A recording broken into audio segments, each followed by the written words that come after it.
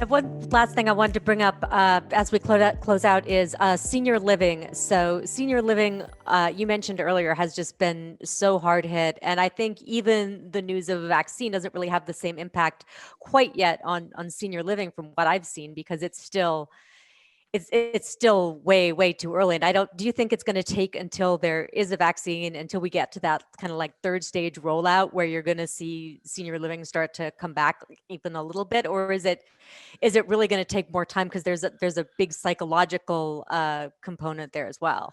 Well, at any moment, Jason's going to start screaming about Care Trust Realty. I'm biting my tongue. I promise. I promise. But senior living has been the weakest part of most of the major healthcare REITs, and for good reason. Right. No, move out activity has been high. Move in activity has been low. A lot of them are reporting that tours are down. Prospective residents coming to look at them are way down. Yeah. Now, there's also a lot of local regulation that you could have, like a big player like Welltower that's in dozens of municipalities, that each individual property has different guidelines. And as an investor, it's hard to figure all that out. That's true. When Welltower specializes in high barrier markets, like say the New York City suburbs, where a lot of people might just not be allowed to move into, or they might not be allowed to accept new move-ins right now. Right. But so you're going to see that come back. Senior living is a long tail growth market. There's no question about that. The 85 and older population, which is their bread and butter, is expected to roughly triple over the next 30 years. It's going to be a huge growth market. The question is, how long does this take to come back?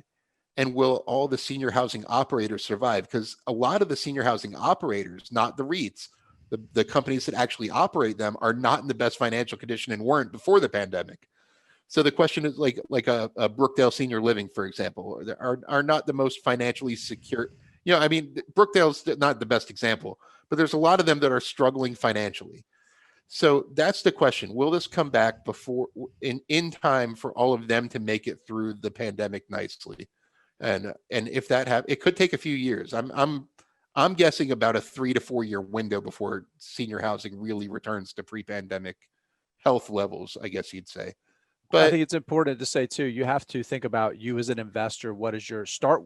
What are you looking for? If you're looking at REITs for income today, stay away from this sector, right? Because you're building in risk to something that you have to have. But if this is a 20+ year portfolio, maybe the risk makes sense because it creates opportunity to buy. For sure. And there are definitely some opportunities here. I prefer to look at the diversified healthcare REITs, like I've mentioned Healthpeak, where about a third of their money is in senior housing, a third is in life science, like we said, the other third is in medical offices. It's a nice diversified approach.